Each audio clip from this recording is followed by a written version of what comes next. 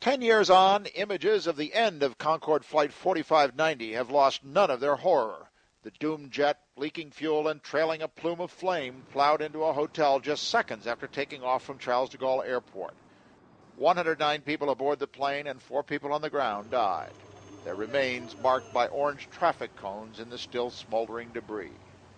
Just days afterward, the crash investigators had a suspected cause. A tire under the left wing blew on takeoff, sending debris into the wing, causing the fuel tank to rupture and leading to the chain of events that led to the crash. It's a finding that hardly anyone today disagrees with. But who is legally to blame for the July 2000 crash has never been established.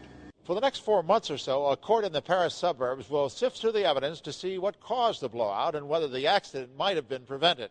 5 people, along with Continental Airlines, are on trial for involuntary manslaughter. Continental is involved because of this, a strip of titanium which allegedly fell off one of its DC-10s that took off just before the Concorde. Judicial investigators say the strip was improperly installed in the DC-10 engine, and when the Concorde tire hit the piece of metal, it exploded. But in the dock with Continental and 2 of its American employees are also 3 French defendants responsible for the design, testing, and certification of the Concorde.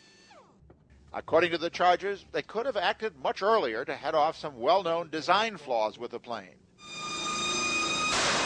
Prosecutors are likely to present evidence that because of its higher-than-normal takeoff speeds, there were more than 60 tire blowouts over the Concorde's 25 years in the air.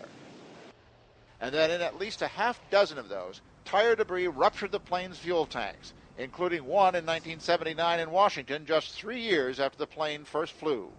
Those who've looked into the crash say at some point someone should have questioned whether the plane was airworthy. There are managers in the Civil Aviation Authority who will be accused in court because they took what one might consider a passive attitude. They didn't react. They didn't hit the alarm button. But others who know the Concorde say no one was taking safety lightly.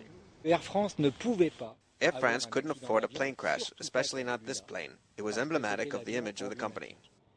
It is something of an admission of the Concorde's design problems that Air France and British Airways had to spend tens of millions of euros reinforcing the plane's fuel tanks and buying new tires before the plane was licensed to fly again.